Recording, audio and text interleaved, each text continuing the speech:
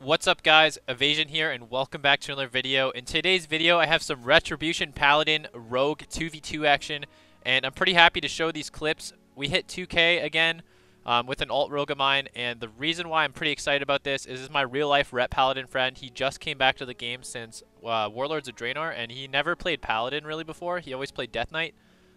He's got a little Paladin experience, but either way, this is his first 2 weeks back to the game, so it's pretty cool to see him doing this well already. And anyway, guys, I'm going to commentary through the clips, let you know what I'm thinking. We haven't had a video like that in some time on the channel. I hope you guys enjoy. Please, in the comments, remember to tell me what you thought, and let's get straight into it. Alright, this first clip here, we got a quick game against a Survival Hunter and a Resto Druid. Our general strategy is going to be to start onto the Hunter, and we're going to want to make a quick swap over to the Resto Druid when he has no trinket. At lower MMRs, I think this is only around 1900, 2k area right now. It's a lot easier to get people's trinkets a lot of the time, and you have to punish that stuff real quick. He goes to the bash on me at his trinket, go for some aggression. I'm actually holding my combo points right here, so that when he trinkets blind, I can immediately step and swap. You also don't want to look at the druid, because if you look at him, he thinks you're going him. He's going to hit bear form, and if he gets in bear form, the swap would not be this clean. He even gets the safeguard there. We toss out both the maledicts. The guy gets absolutely crushed. We're actually playing Crusade in this matchup as well. And so my Ret Paladin probably wasn't even ramped up very far at that point, but we've been noticing Crusade is really good for twos matchups like this, but I think it's still overall a worse option than Inquisition for those of you that play Ret Paladin. However, Crusade definitely really good in the double DPS if you're efficient at stacking the buff up fast. Anyway, let's hop into the next clip.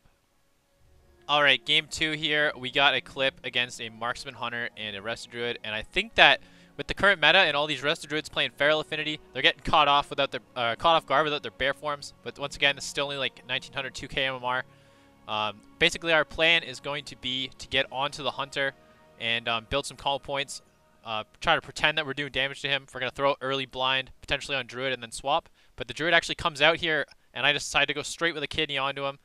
Ret pops wings, and we're going to hodge off. He does a little early because I think he got thrown off guard by the Vortex being pulled away. Just wanted to make sure he could get back to the target.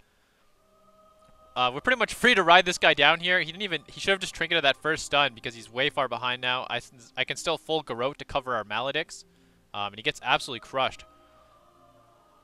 Not a lot to say about that. Let's hop into the next game. Alright, this next clip here is against Assassination Rogue and Discipline Priest. We're on the climb here, so our MMR's up a little bit. I go for a kidney onto the Rogue here to stop him from doing damage to my Ret, and my Ret puts out his Hodge on the Priest. Basically, right now, Ret Paladin's trying to stack up his Crusade, and if possible, I want to wait for the next stun DR, but we managed to get the Priest rather low here, so I start doing damage to him, and I catch him with Garrote at a rather low HP, so he's not able to pain sup right away. And by the time he pain sups, he only has about 80k health there. We got him caught in the half kidney, and it forces out his trinket. He goes right down through the damage. The one mistake that I made here that was really, really important, and I would prefer not to do, is I trinketed when I asked for Bop afterwards. I should have just got Bop right away, held on to my trinket in case there was a fear, and then we would have been able to live another go and actually kill this guy had they lived. I threw out that bomb there, you guys seen that, so that the Rogue couldn't get in combat with a poison knife, just so I could sap him, because he threw blind to my Paladin. The reason I did that is you never want to sleep after you kill somebody with this comp, because usually by the time you kill somebody, you're rather low on cooldowns, and you're easy to... sometimes you get 1v2'd if you don't be careful. Anyway, let's hop into the next game. Alrighty, here we got a game against Windwalker Resto Druid, and I'm going to go in and try and get a sap onto the Resto Druid if I can find him. I don't think I'm able to find him in this particular game, but if not, we're going to try and open up onto the Monk, do a little bit of damage, build up some power, and then try to swap to the Druid after we throw it blind. Pretty standard. We really thrive in the meta, the fact that there is Resto Druids everywhere. It works really, really well for us. I shouldn't have really swapped sap there without a Hodge or something on the Druid because he gets bear form. So I choose to hold my kidney shot until he goes for some cooldowns. He manages to come out of bear form, pop Iron Bark. He gets kidneyed, immediately has to trinket. I throw my Maledict over top here. His Iron Bark's falling off, so he only has Bark Skin, which isn't actually enough to stop this when the Paladin stacked up his Crusade. We avoid the War Stomp there because of the Ring of Peace. And I got a Vanished Garrote here, for a little baby duration, kidney shot, and we managed to kill him right through Ring of Peace.